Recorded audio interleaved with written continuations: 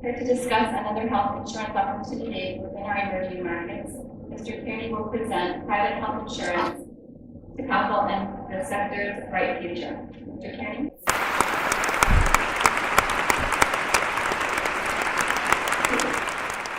Good morning, everybody. Many of you might know our publication, the PHM Emerging Markets Healthcare Monitor, but actually, it's you that I'd like to speak with throughout the course of the day, because you are the people who are working in the region, and you are the ones at the front line, and there's a lot that I would like to learn from you. We have about 30 minutes to go through a variety of topics, and this presentation is going to be a little bit different from what we've seen in the past, in the morning and yesterday, in that we're going to be talking about the future well beyond tomorrow. I'd like to explain a little bit, very briefly, about what it is that I focus on in my work. I look at the risks and opportunities to healthcare portfolios. And these portfolios can be investment funds, hospital properties, insurance companies, other healthcare properties. And we explore the risks and opportunities that are not quantified, the politics, policies, and geopolitical influences in the healthcare market. So we're going to get started here. This morning we're going to run through the presentation at a pretty quick pace. We're going to talk about the background. We're going to talk a little bit about history of the insurance sector. We're going to talk about the risk and opportunities, and then we're going to talk about the sector's bright future. For background, we're going to spend a few minutes on the historical aspects of insurance, because this is a little bit important in how we're going to frame the presentation through the day. We're going to discuss demographics, because demographics are going to have a huge impact moving forward. We're also going to talk about the geopolitical influences around the world. But before we get started in the main gist of this presentation, there's two overriding themes I want everybody to pay attention to in this presentation. The first is what I call the full circle of Takaful, and we're going to discuss this towards the end. And the second is what we all know as the beauty of insurance.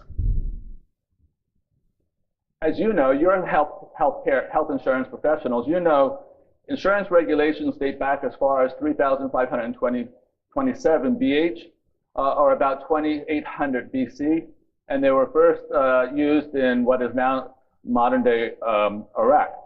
Modern health insurance goes back to the mid-1800s, and it was credited to Chancellor von Bismarck. And truth be told, he created a form of health insurance so that the workers would be able to get back to work in the factories as quickly as possible. But he also spoke a lot about the need to develop trust between the employer and the employee. And that was another reason why he decided to bring health insurance into the modern workplace. Now, I'm going to talk about the beauty of insurance, and this is something I'm sure you all spend a lot of time talking about, perhaps with your family and friends, perhaps not, but I'm no longer allowed to talk about the beauty of insurance at dinner parties and in social circles, because my wife asked me to stop talking about it.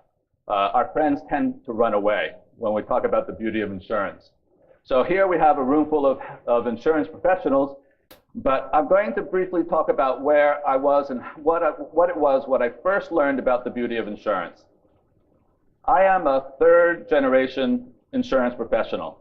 I grew up understanding the professional nature of insurance, the educated background, the good work that it does.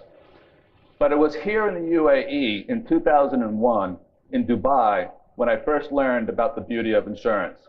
I had a meeting scheduled for the general manager of an insurance company up in Dubai, and it was scheduled very, very briefly. That meeting lasted over 2 hours, and it was fascinating, and I had a great time listening to this general manager. And he opened my eyes as to what insurance can do. Well, I knew about the operational implications of insurance on a day-to-day basis. I had never thought about the broad social impact, the ability of insurance to raise a whole community out of its economic stalemate. We talked about the hydroelectrical plants being built with insurance backing, the roads and the rails, the skyscraper buildings throughout the region that are today leading the world as the tallest buildings. All of these facilities were built with the backing of insurance. Insurance has allowed Dubai, Abu Dhabi, Cairo, Doha, and many other cities in the region to become modern capital cities. And I nearly forgot about the beauty of insurance a few years after. I was at a conference, at a World Bank conference, and I was talking with a private equity professional from India. And we were talking about the low penetration of health insurance in India. And that's really quite a problem, and it's a problem still throughout much of the Middle East and the MENA region. But she said it wasn't a problem, because she said that family, if somebody had gotten sick, that family would be able to sell some livestock or some land, and all would be good. And I told her the lack of health insurance was doing great harm to India and to many other countries. Because without health insurance, that family would need to sell its livestock or some of its land or other property that may have taken a generation or two to acquire. And if they sell it, it will certainly take that long to reacquire it. School tuition might not be paid. Food and other necessities would have to be held back on. As you all know very well, health insurance does help societies move from low income to middle income and onwards. Insurance is a highly effective use of capital, and it does move whole countries. And that's what I call the beauty of insurance. And with the beauty of insurance, there's great opportunities. And with opportunities, there's also great responsibilities. When I think of health insurance in the Middle East and emerging markets in general, that's where I spend all my work, I'm often struck by the challenge of the general managers, people on the front lines like yourselves, trying to not only grow their business, but actually to grow a whole sector. The ethical responsibilities are great and can be damaged in short order. These are only a few of the questions that you all are used to being asked on a constant basis. But the most important question here is, can we, as an industry, continue to build upon the foundation of trust? Already, some countries are having difficulty with this issue, specifically in the area of healthcare fraud. In March of this year, we commented in our publication on two growing issues in the Middle East. One is the growth of unlicensed health insurance companies, and two, hospitals submitting dubious charges to insurance companies. Now, these charges are not unique to the Middle East or to the MENA region, but without swift regulatory action, the health insurance sector can be severely damaged in the eyes of the consumer, and here's how. Every year in Saudi Arabia, there's in excess of 1.2 billion riyals in healthcare fraud. That equals about 320 million US dollars, just in Saudi. This is a serious issue, and it's starting to cause problems. It's starting to cause people to ask, who is stealing from whom? Should I be stealing? And when I look at $320 million, I think about what should the industry be doing.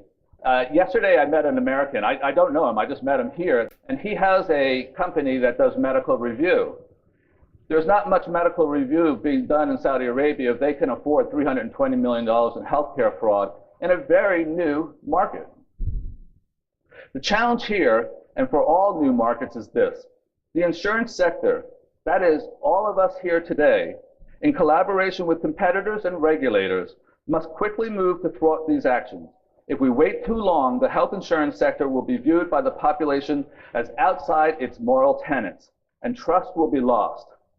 We know this from other countries with much longer histories of insurance, much of it in Central and Eastern Europe, and it's not a good place to be for a sector. We're now going to discuss demographics very, very briefly, and as you all know, it is the great demographic changes taking place in the region that is at the core of your business.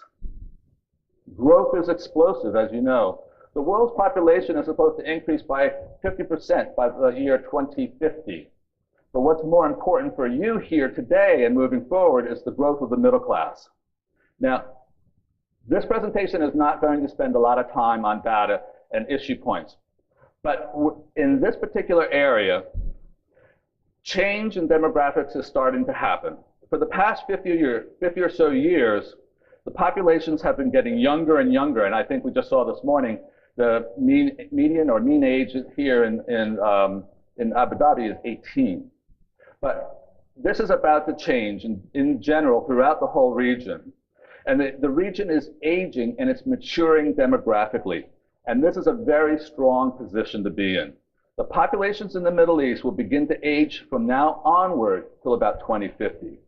Though they will still be very young, it will increasingly be a younger, middle-aged population. And with this aging of the population will come great demand for the services.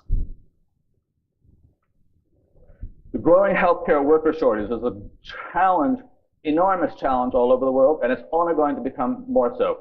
And just earlier this month, Saudi Arabia announced that under their Saudization program, they were going to be terminating all nurses with 10 years of experience and expel them from the country.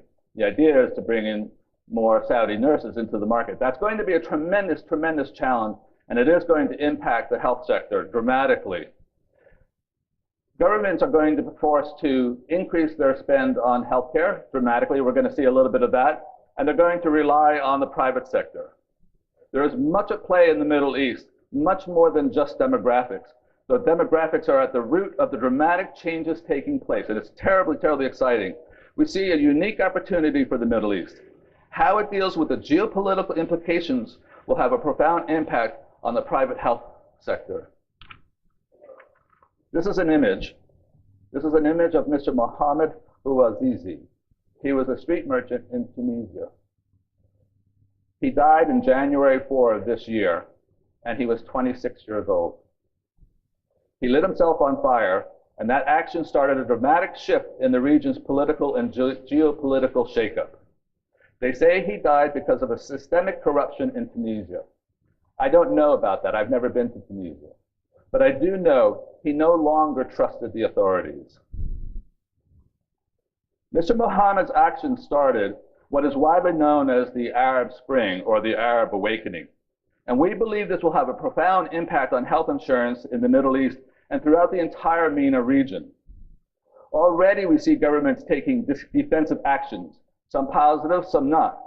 By and large, we see the increase in healthcare spend by various governments to be a positive for the insurance sector.